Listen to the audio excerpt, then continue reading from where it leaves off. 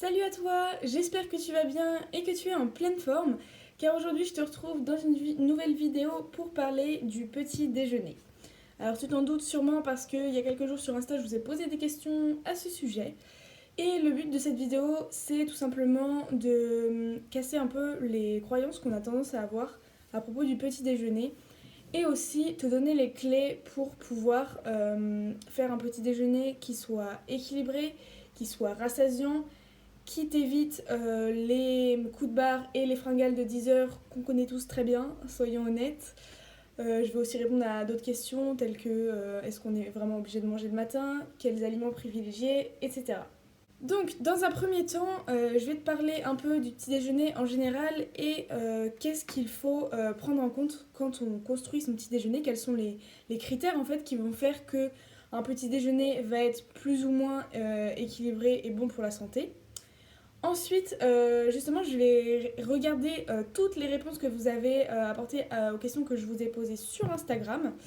Et justement, je vais un peu rebondir sur ces sujets parce que si je vous ai posé ces questions, c'est pas au hasard et c'est parce que j'ai des choses à vous dire là-dessus et que je voulais justement savoir un peu vous ce que vous en pensiez et ce que vous faisiez au quotidien. À la fin de cette vidéo, je vais te présenter 3 de mes petits déjeuners que j'affectionne particulièrement et que je considère justement plutôt équilibrés selon les critères dont je vais te parler et qui personnellement me conviennent très bien.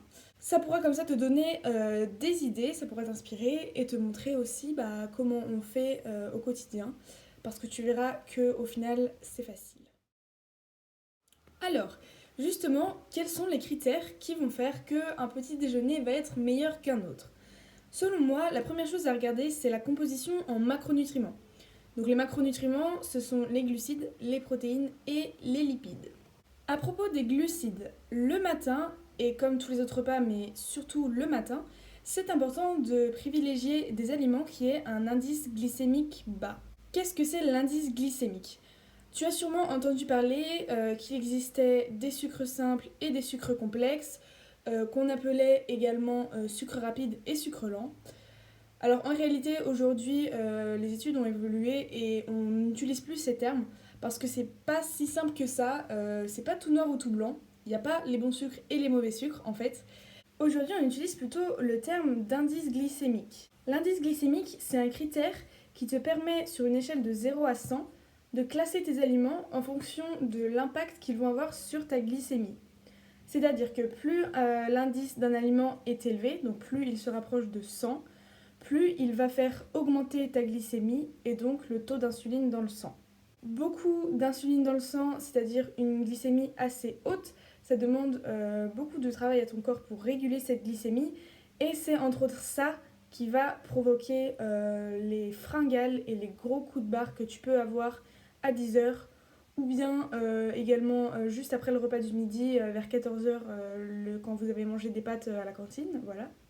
Donc, privilégier des aliments à un indice glycémique bas, ça te permet d'être plus rassasié et d'éviter justement ces coups de barre afin d'être concentré tout au long de la matinée.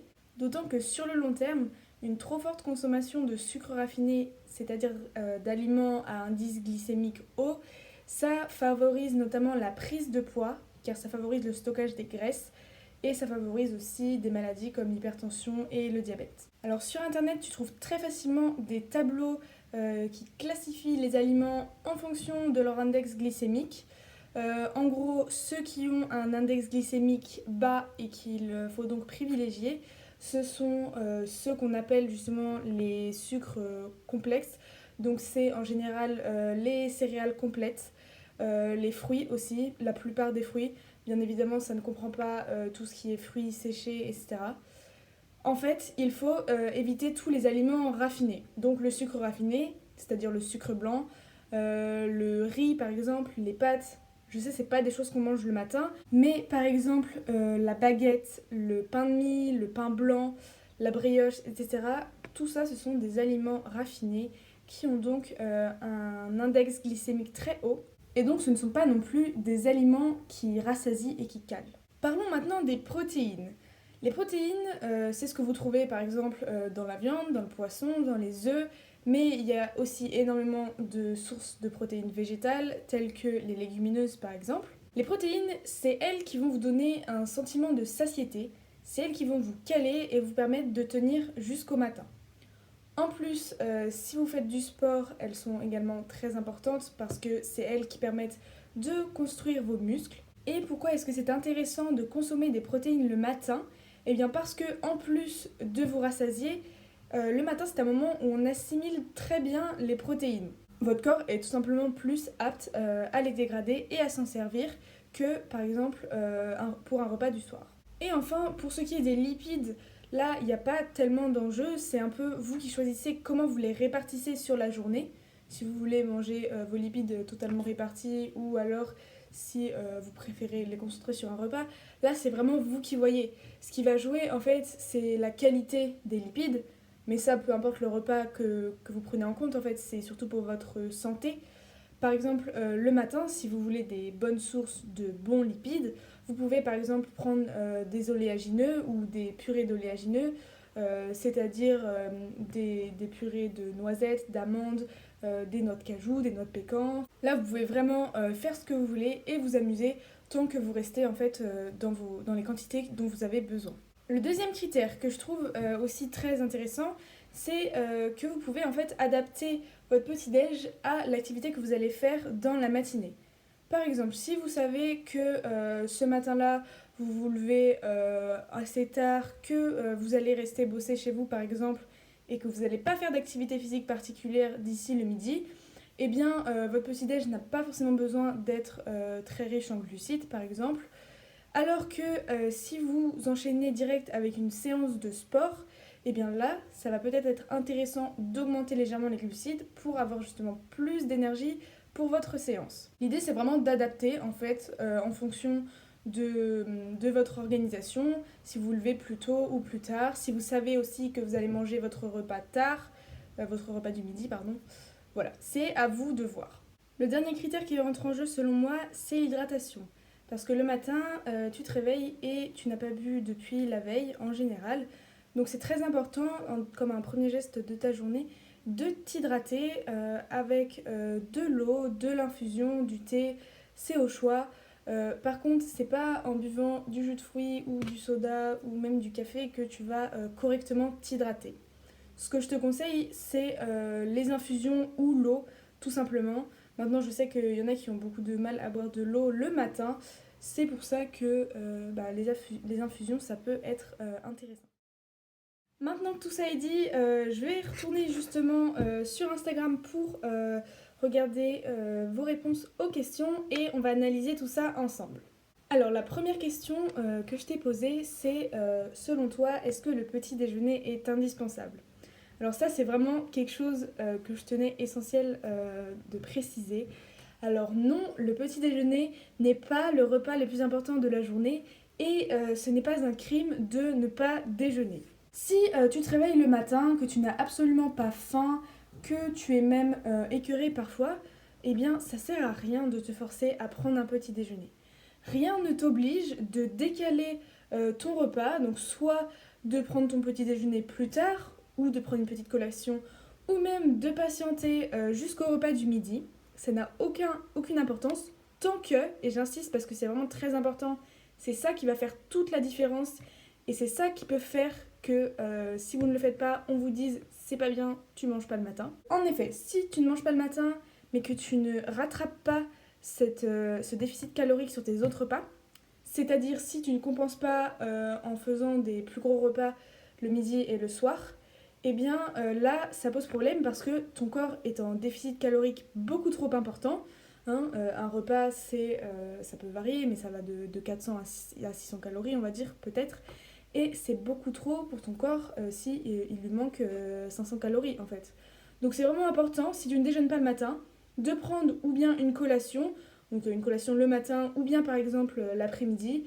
Bref, c'est important d'équilibrer ton total calorique sur la journée. Maintenant, c'est toi qui choisis si tu le fais en 5 repas ou en 3 ou en 2. C'est ton corps en fait qui décide. Ensuite, je vous ai sondé sur vos habitudes, ce que vous mangiez le plus souvent le matin. Et la majeure partie des gens a répondu qu'ils mangeaient des tartines de pain ou de brioche. J'en parlais tout à l'heure, le pain et la brioche, ce sont des aliments raffinés qui augmentent votre glycémie et qui ne sont pas particulièrement rassasiants. D'autant plus qu'en général, ces tartines, on les mange avec de la confiture ou de la pâte à tartiner ou du beurre ou que sais-je. Et donc tout ça, ça augmente énormément le taux de sucre. Et en plus, ce ne sont pas des aliments particulièrement rassasiants. Et il n'y a pas de protéines là-dedans. Dans le pain, dans la confiture, dans le Nutella, il n'y a pas du tout de protéines.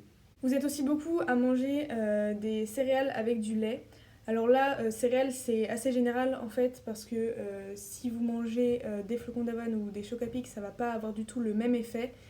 Mais sachez que les céréales du commerce, même les céréales qu'on vous dit complexes, etc., elles sont en général très très sucrées, parce qu'ils rajoutent du sucre. Et donc, c'est pas forcément bien non plus, surtout pour un repas du matin. Alors ensuite, je t'ai demandé ce que tu buvais préférentiellement le matin. Et là, j'ai été surprise parce qu'il y a la majeure partie des gens qui ont répondu qu'ils buvaient du thé ou des infusions. Et je pensais pas, en fait, qu'il y avait autant de personnes à faire ça. Ça permet de bien vous hydrater, comme je disais. Maintenant, il y a aussi beaucoup de gens qui boivent du jus d'orange. Je voulais juste casser un petit mythe. Boire du jus d'orange pour avoir des vitamines, c'est faux, c'est entièrement faux, tu oublies. Les jus de fruits que vous achetez dans le commerce, si on part du bas de gamme, on va dire, ils sont faits à base de jus de fruits concentrés, ils sont filtrés et là, autant vous dire qu'il n'y a plus aucun nutriment dedans, il n'y a plus aucune vitamine et il reste en fait juste le sucre du fruit. Alors maintenant, je sais ce que vous allez me dire.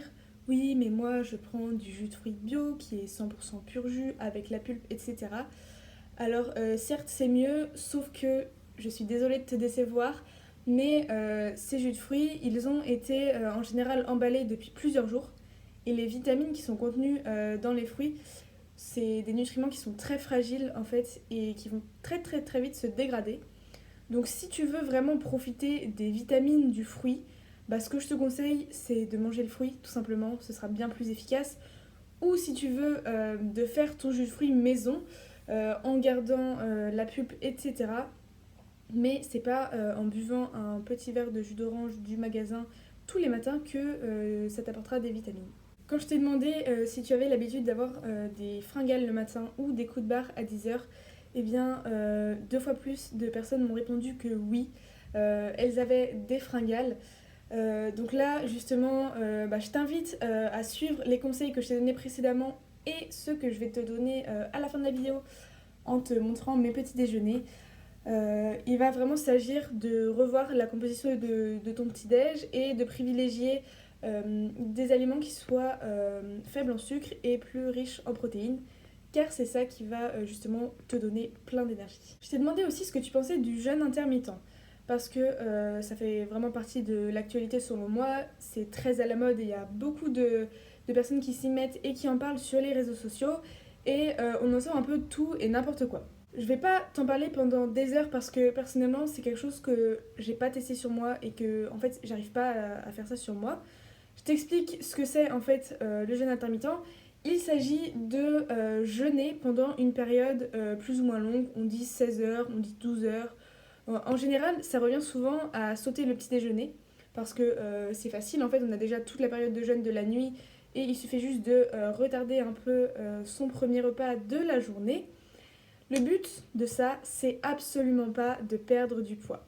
Voilà, il y a beaucoup de gens qui commencent à faire le jeûne intermittent pour ça, alors que c'est absolument pas fait pour ça à la base. Peut-être que ça aide certaines personnes à le faire, mais c'est pas son but premier, et j'insiste vraiment sur ça. Le but du jeûne intermittent, encore une fois, je ne l'ai pas testé, je t'explique pourquoi après, c'est de laisser son système digestif au repos pendant une longue période pour favoriser justement la digestion et donc favoriser le transit. Et il y a beaucoup de personnes aussi qui disent que ça leur permet d'avoir une clarté mentale plus importante parce que votre corps est pas tout le temps, n'est pas constamment en train de digérer. Et donc vous pouvez vous concentrer sur autre chose tout simplement. Alors pourquoi j'ai pas testé cette technique en fait? Alors je pourrais, cependant moi le matin je suis incapable de pas manger, vraiment je me lève, la seule chose que j'ai envie de faire c'est manger parce que j'ai très faim le matin. Il m'est arrivé rarement de faire un jeûne le soir, en fait, de pas manger mon repas du soir parce que j'avais eu un repas du midi copieux, par exemple. Mais voilà, moi, je suis plutôt du genre à séquencer mes repas. Je préfère faire 4 repas plutôt que 2. Maintenant, comme je te disais, c'est vraiment personnel, c'est toi qui vois en fonction de ton corps ce qui te fait du bien. Mais je le redis, c'est très important que tu fasses le jeûne intermittent ou que tu ne petit déjeunes pas tout simplement, de devoir équilibrer ton total calorique sur la journée, c'est-à-dire de compenser en fait sur tes autres repas pour avoir le nombre de calories dont tu as besoin, peu importe le nombre de repas que tu fais. Il y a aussi beaucoup de gens qui ont dit que le matin, ils préféraient un repas qui soit rapide, ce que je comprends parce que on est beaucoup à devoir se lever tôt et on n'a pas forcément envie de devoir se lever encore plus tôt pour préparer le petit déjeuner et ce que je le comprends très bien. Justement, pour tous les pressés du matin, j'aurai une petite recette à la fin pour vous, spéciale à emporter, parce que même si le matin on est pressé, c'est pas une raison pour mal petit déjeuner ou pour ne pas petit déjeuner si on en a besoin. Alors la dernière chose que je vais te dire, il y a une personne qui m'a envoyé un message pour me dire que elle avait souvent faim le soir assez tard, vers 22-23 heures. Comme je le disais, c'est un peu à toi de voir comment tu répartis tes calories dans la journée. Maintenant, je voudrais quand même te mettre en garde. Manger tout le temps en continu, c'est pas forcément bien. Parce que justement, votre corps il a besoin d'être au repos, votre système digestif a besoin d'être au repos, et ce pendant la nuit par exemple. Donc se lever en pleine nuit pour aller chercher dans le frigo, ben déjà c'est pas forcément normal, c'est peut-être qu'il y a un déséquilibre quelque part, et en plus c'est pas forcément bien pour votre corps. Maintenant, manger à 22 heures c'est encore pas si tard que ça en fonction de ton rythme en fait. Maintenant, pose-toi la question, si tu as faim à 22 heures, peut-être que c'est parce que justement, sur ta journée, tu manges pas assez. Peut-être que tu peux ajouter une collation. C'est à toi de voir. Maintenant que tout ça est dit, place à la présentation des petits déjeuners. Alors, j'ai sélectionné 3 petits déjeuners.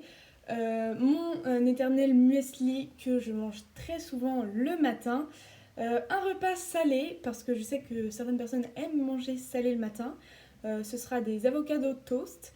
Et enfin, comme je te disais, un repas qui peut s'emporter pour les petits pressés du matin. Et aussi, c'est une recette qui peut se faire en grosse quantité pour en avoir justement tout au long de la semaine. C'est vraiment génial pour tous les adeptes du meal prep, etc. Alors, le muesli. Pour choisir la base du muesli, il faut justement choisir des céréales qui soient complètes, non raffinées, pour justement avoir un index glycémique bas. Moi, en général, je prends des flocons d'avoine parce que c'est un très bon compromis entre tout ça. D'autant que les flocons d'avoine sont aussi riches en protéines. C'est vraiment super intéressant et je pense que vous le savez, hein, les flocons d'avoine ont aussi pas mal la cote. J'aime bien aussi mélanger avec d'autres flocons de céréales pour changer un peu de goût. On peut mettre par exemple des flocons de haricots rouges, des flocons de pois chiches, des flocons de sarrasin, voilà, qui sont tous aussi riches en protéines et c'est donc intéressant. À ces flocons d'avoine, j'ajoute en général des oléagineux pour justement les bons lipides et aussi encore un peu les protéines. Donc là, comme je te disais, tu fais ce que tu veux. Tu peux mettre des noix de cajou, des noix de pécan, des amandes, des noisettes, des noix de macadamia. Donc ça, c'est un peu la base du muesli. Et après, ce qui est génial, c'est que tu peux agrémenter plein de choses. Et ça te permet aussi de varier et de ne pas avoir l'impression de manger tout le temps la même chose. Deuxième repas, mes petits avocados toast. Alors ça, c'est quelque chose que j'ai découvert il n'y a pas si longtemps. Je fais ça depuis le mois de septembre, on va dire. Donc la base de vos toasts, ça va bien évidemment être des tranches de pain, mais comme je te l'ai dit, ça va être plus intéressant de prendre un pain aux céréales complètes, par exemple le pain d'épeautre qui est génial, parce que justement, bah, si vous avez un pain aux céréales complètes et un pain aux graines, il va être moins raffiné et il va également vous caler plus. Par-dessus ça, on écrase un avocat, en général je mets un demi, là ça dépend absolument des calories dont vous avez besoin, vous faites ce que vous voulez. Et par-dessus, j'ajoute du tofu brouillé. Si vous consommez des œufs, vous pouvez très bien mettre une omelette. Moi, je mets du tofu brouillé, donc en fait, c'est juste du tofu soyeux que je fais revenir dans la poêle avec mes petites épices. Ce petit déjeuner, il est vraiment super complet et il est riche parce que le tofu, bah, ça vous fait plein de protéines. L'avocat, c'est aussi un peu de protéines, mais surtout des bons lipides. Et le fait d'avoir un pain complet en dessous, un pain aux graines, ça vous donne aussi une bonne source de glucides. Et enfin, la dernière recette, alors c'est une recette que je t'ai partagée sur Instagram, donc de toute façon je te mets la recette dans la barre d'infos, c'est la recette de mon banana bread. Donc c'est un cake à la banane tout simplement que je fais à l'avance, donc je fais un grand cake qui me fait en général, on peut dire que ça tient une semaine. Je le mange jamais en une semaine parce que ce que je fais c'est que je le coupe en tranches et je le congèle pour en avoir un peu tout le temps. Mais ce gâteau, vraiment, c'est ce que je mange avant chaque course, avant chaque compétition, parce que c'est super riche, c'est ultra gourmand, vraiment, c'est trop bon. Donc en fait, on a une base avec des bananes, évidemment, qui vont apporter des sucres très intéressants, ainsi que quelques lipides. On a aussi donc la composition en farine qui va faire que, bah, en fonction des farines que vous choisissez, vous allez avoir plus ou moins de protéines. Donc c'est intéressant de privilégier des farines de lupin, de pois chiches, de cacahuètes qui sont riches en protéines. Et on va à cela ajouter des graines de chia, des graines de lin, des amandes en poudre. Donc que des ingrédients vraiment, comme je disais, à bas index glycémique et qui sont énergétiquement intéressants. Et pour le petit côté gourmand, tu peux ajouter de la vanille, des pépites de chocolat, du cacao en poudre, ce que tu veux. Cette recette ne contient aucun produit laitier et il n'y a pas d'œuf, donc c'est vegan et je sais que ça peut servir à certaines personnes. Donc allez checker la recette dans la barre d'infos. J'espère que cette vidéo t'aura été utile, que tu auras appris des choses. N'hésite pas à me donner ton avis dans les commentaires, s'il y a certaines choses que tu voudrais que j'éclaire ou s'il y a des choses avec lesquelles tu n'es pas d'accord, peu importe. Dis-moi tout ça, ça me fait toujours très plaisir de discuter avec toi. Je vous remercie à tous de me suivre, de m'encourager et de me regarder, ça me fait extrêmement plaisir. Et je vous dis à très bientôt pour une nouvelle vidéo.